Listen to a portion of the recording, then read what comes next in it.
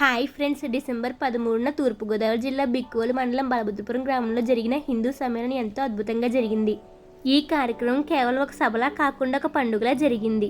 ఈ కార్యక్రమానికి తొస్పూడి నుండి, పందలపాకు నుండి, కొమరిపాలెం నుండి, కాపవరం నుండి, బలభద్రపురం నుండి హిందువులు పాల్గొన్నారు. దేహానికి ఆత్మ ఎంత ముఖ్యమో దేశానికి ధర్మం కూడా అంతే ముఖ్యం. మన బలభద్రపురంలో జరిగిన హిందూ సమ్మేళనం చూస్తే మన సంస్కృతి ఎంత గొప్పదో మరోసారి అర్థమవుతుంది.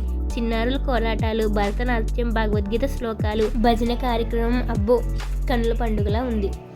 మన సనాతన ధర్మాన్ని కాపాడుకోవడం అంటే గుడికి వెళ్ళడం మాత్రమే కాదు, మన పిల్లలకు చిన్నప్పటి నుండి మన విలువలు, సాంప్రదాయాలు నేర్పించడం. హిందువుల ప్రార్థన కేవలం తమ కోసం మాత్రమే కాదు, సమస్త లోకం కోసం ఉంటుంది.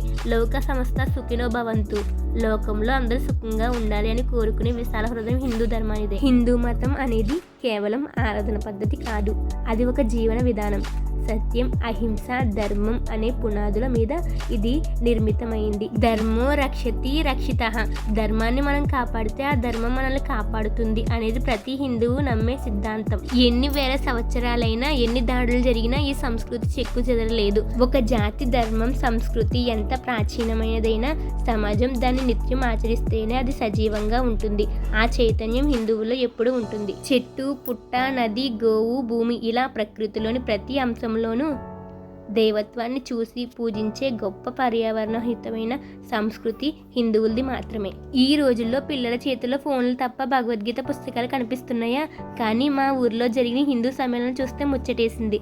చిన్న చిన్న పిల్లలు నోటితో భగవద్గీత శ్లోకాలు చెబుతుంటే, కాళ్ళతో భరతనాట్యం ఆడుతుంటే, చేతులతో కోలాటం వేస్తుంటే అనిపించింది, ఆహా మన ధర్మానికి డోకా లేదు అని.